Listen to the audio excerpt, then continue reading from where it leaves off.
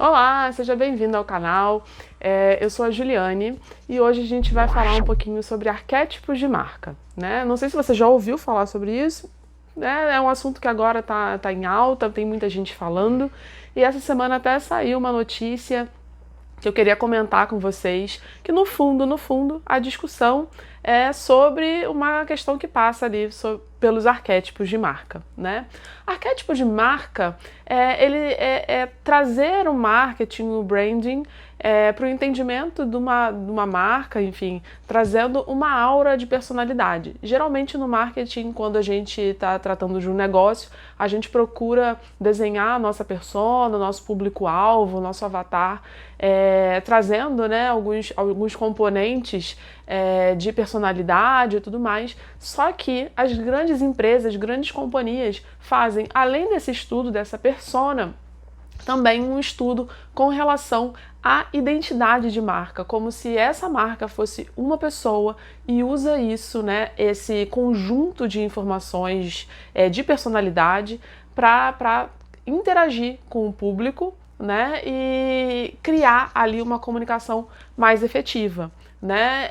Essa semana, eu não sei se vocês ouviram falar de uma treta, né, de uma briga aí da Nike com o rapper Lil Nas X, né? Então ele criou ali uma polêmica porque ele se juntou com um grupo de designers e eles customizaram um tênis da Nike, um tênis conhecido, e usaram, né, num clipe. E não só usaram no clipe, eles customizaram e venderam aí edição limitada, 666 pares do tênis que ficou conhecido como o tênis de Satanás.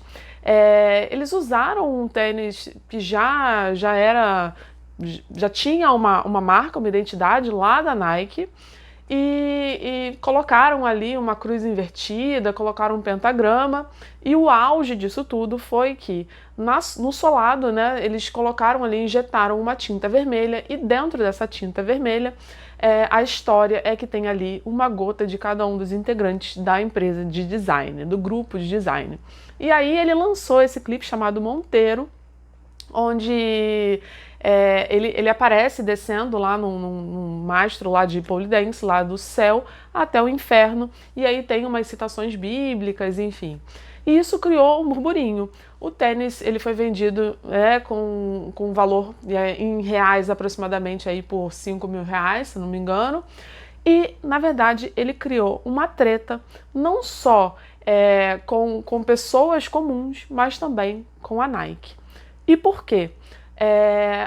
Acho que talvez a resposta mais evidente, mais imediata, é a gente pensar que uma grande empresa, uma grande companhia, ela não vai querer que você venda algo dela e não pague o valor apropriado, seja royalty ou qualquer coisa assim. Mas não é só isso. No caso da Nike, ela usa, né, uma identidade de marca, né, baseada lá no arquétipo, muito importante e muito evidente.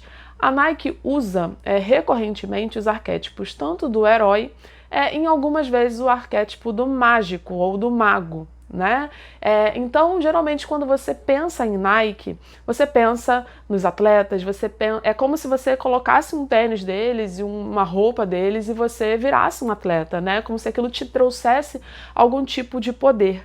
E aí, lá nos anos 90, quando teve aquela campanha lá do Magic Jordan, trouxe também uma aura ali muito parecida com uma magia. Há um tempo atrás foi relançado, né, um tênis, esse mesmo tênis ali do Jordans, junto com a Dior, trazendo ali um glitter, alguma coisa assim, muito parecido com aquilo que a gente tem uma ideia do que seja algo mágico, evoca isso.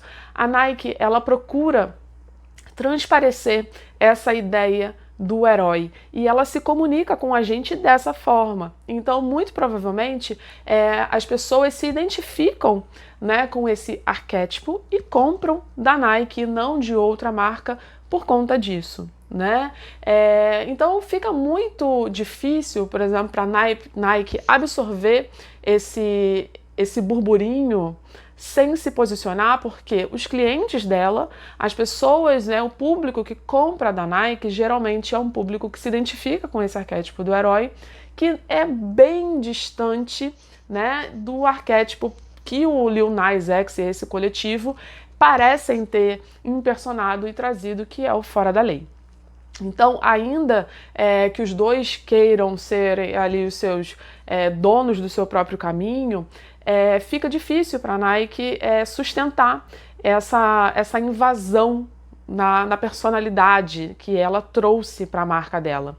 E isso reverberou, porque muita gente começou a se posicionar, boicote começou a ser... começaram os burburinhos sobre boicote, muita gente se posicionando contra esse tênis, e aí como tinha o nome, né, Nike, muita gente acabou se posicionando contrário, isso chegou lá no Congresso americano, gente se posicionando a favor, gente se posicionando contra. O negócio é que o Lil Nas X e esse coletivo fizeram, né, aplicaram ali uma estratégia interessante de marketing com relação ao burburinho, e ainda que eles percam o processo e acabem talvez gastando dinheiro ou perdendo dinheiro, eles já conseguiram criar um boom em relação ao clipe, né, em relação ao coletivo que agora está em evidência e ficou muito mais conhecido. Então isso é para vocês perceberem como uma aparente... um assunto que parece, né, ser só ligado talvez ao dinheiro, com relação a um uso, entre aspas, indevido da marca, é uma coisa muito mais profunda, né? Quando a gente vai estabelecer um negócio, como eu falei lá no começo, a gente costuma pensar no outro, com quem a gente quer se comunicar. E aí a gente traça ali uma persona para tentar identificar a forma como a gente vai falar, como a gente vai acessar essa pessoa, quais canais ela consome, a forma como ela se posiciona no mundo. Mas isso é importante fazer, né, um exercício para fora e para dentro da empresa, para dentro da marca que você quer expressar para o mundo, né? E aí quando você tem uma divergência muito evidente como essa, as coisas começam a ficar meio esquisitas. Por quê? Porque ainda que a gente, né, esse termo arquétipo, ele ficou muito conhecido por conta dos estudos do Jung, que foi um psicólogo, né, ele criou ali uma teoria de psicologia analítica, e aí ele estudava, né, tanto comportamento humano, enfim, ele identificou que os arquétipos são uma espécie de memória ancestral e primordial que vai acontecendo em várias populações ao longo da história, que você vai identificando padrões semelhantes, ainda que esses povos nunca tenham entrado em contato. Então é como se fosse uma memória ancestral que a gente carrega dentro da gente, que ninguém precisou contar pra gente como é que funciona. E, em tese, todos nós carregamos um pouquinho desses 12 arquétipos mais famosos e que são utilizados dentro do marketing para construir essas marcas, né? A gente tá falando nesse vídeo a respeito do herói, do mago, tá falando do Fora da Lei, existem mais 9, né? E quando você cria uma marca, é interessante você se basear e aí num arquétipo principal e no máximo mais um para você trazer ali né, quebrar um pouco o padrão, trazer um tempero, né? E a Nike faz isso muito bem quando ela traz ali o herói e o mago. Só que se você começa a não ter talvez uma clareza para trazer de fato aquele arquétipo, aquela ideia que você quer comunicar, as coisas começam a ficar, como se fosse um terreno lamacento. Por quê? Porque não é uma estratégia inteligente você querer falar com todo mundo, né? A gente, na vida real, a gente não fala com todo mundo, a gente não quer falar com todo mundo, porque nem sempre as pessoas, a gente bate com elas, né? Vai se dar bem, enfim, as pessoas têm opiniões divergentes, opiniões contrárias. Então você não vai gastar esforço, não vai gastar dinheiro, movimento, para que você se comunique com pessoas que não estão interessadas ou que não estão dentro, né, do seu radar, para que você faça uma ação, para que você venda alguma coisa, para que você lidere um movimento. Então você vai falar com quem? Com pessoas que ressoem com aquilo que você é verdadeiramente, né? Por quê? Porque se você simplesmente impersona um dos arquétipos quaisquer, sem ter feito um estudo, sem aquilo necessariamente falar diretamente com você, provavelmente você não vai sustentar isso durante muito tempo. Uma hora fica evidente. Né? Então, o ideal é que você olhe para você para dentro.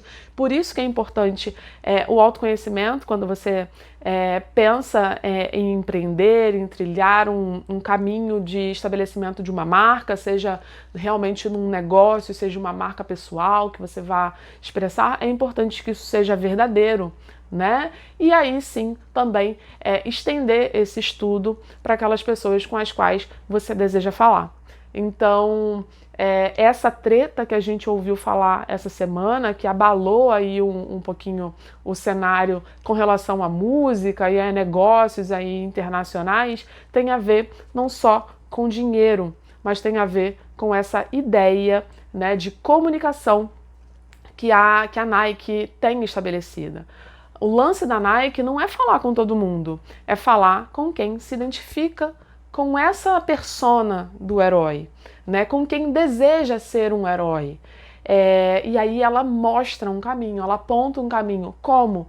Com os produtos, né? E com essa mágica envolvida que você vai criando, né? Essa aura, é como se você pudesse identificar uma pessoa. Então é isso, eu quis trazer um pouquinho desse conhecimento para vocês. Se vocês gostarem, eu peço para que vocês deixem aqui o like, deixem os comentários. Não esqueçam de se inscrever nesse canal, que é um canal que está começando, novinho em folha, mas para a gente discutir e conversar bastante a respeito dos arquétipos de marca, estratégias de marketing, enfim. Eu espero que seja útil e de valia para vocês, ok? Até a próxima!